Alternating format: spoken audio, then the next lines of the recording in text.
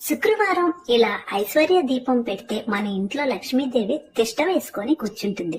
ముందుగా 5 తమలపాకులను శుభ్రం చేసి పసుపు కుంకుమలతో అలంకరించి దాని మీద మట్టి ప్రమిదను పసుపు కుంకుమలతో అలంకరించి ఆ మట్టి ప్రమిద నిండుగా రాళ్ల ఉప్పు నింపాలి. తరువాత పసుపు కుంకుమ అక్షంతలు వేసి దాని మీద ఇంకొక మట్టి ప్రమిద పసుపు కుంకుమలతో అలంకరించి ఆ మట్టి ప్రమిదలో ఆవు నేతిని వేసుకొని చక్కగా 2 ఒత్తులు కలిపి ఒక ఒత్తిగా తయారు చేసి తరువాత ఏకహారతితో గాని అగర ఒత్తులతో గాని దీపారాధన చేయాలి. తరువాత పువ్వులతో అలంకరించి హారతి ఇచ్చి అక్షింతలు వేసి ఒక్క నమస్కారం చేసుకుంటే సరిపోతుందండి.